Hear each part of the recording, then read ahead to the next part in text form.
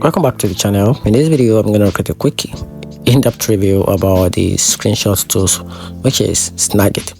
So let's dive into it. So talking about Snagit remains one of the best tools for capturing and editing screenshots in 2025 and 2026 to come. It's fast, easy to use, and packed with handy features like scrolling captured, automation, annotation, and a quick sharing options. The new step capture features makes creating tutorial even more smoother, and it's perfect for professionals who often document or explain workflow. But on the downside, Snagit isn't cheap and its video editing tools are pretty basic.